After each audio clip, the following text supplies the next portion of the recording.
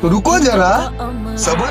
হিন্দা ফেলাই ফেলাইছেন গাছের লগে লপটিয়া পেট্রোল দিত। বন্ধুরা, বাংলাদেশে একজন হিন্দু ভাইয়ে মানে আমাদের নবীজির বিরুদ্ধে মাছ মাতিছিল, তান্ডে চিন্তা করবেন গাছের লগে লপটিয়া পেট্রোল দিয়ে আগুন ধরে হিন্দা ফেলাই ফেলাইছে।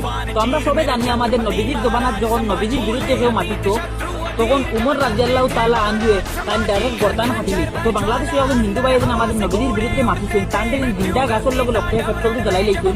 এটা আসলে ঠিক করছেন নি? আপনারা কমেন্টে কইয়া যাইও। আমি কিছু কইয়ার না, কারণ আমি যদি কিছু কোয়া যাই তাহলে বিবাদ দিয়ে দেবো। আপনারা কমেন্টে কইয়া যাও এটা আসলে ঠিক হয়েছে। अभी बताता है भाई, अभी बताता है।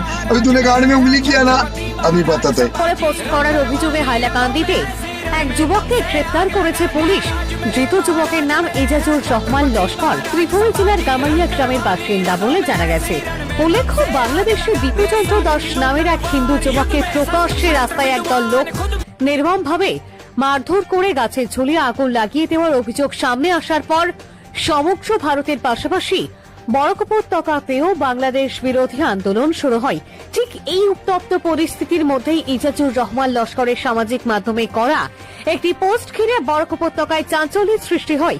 হাইলাকান্দি সদর পুলিশ ফাঁড়িতে নথিভুক্ত মামলা নম্বর 186/25 ভিত্তিতে হাইলাকান্দি পুলিশ তাকে গ্রেপ্তার করে। গ্রেপ্তারের সময় অভিযুক্তের কাছ থেকে একটি মোবাইল ফোনও বাজেয়াপ্ত করা হয়েছে।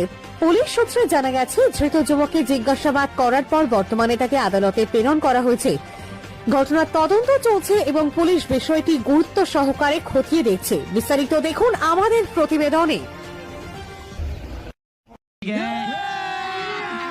अभी मजा आएगा ना भिड़ो माल की देर है।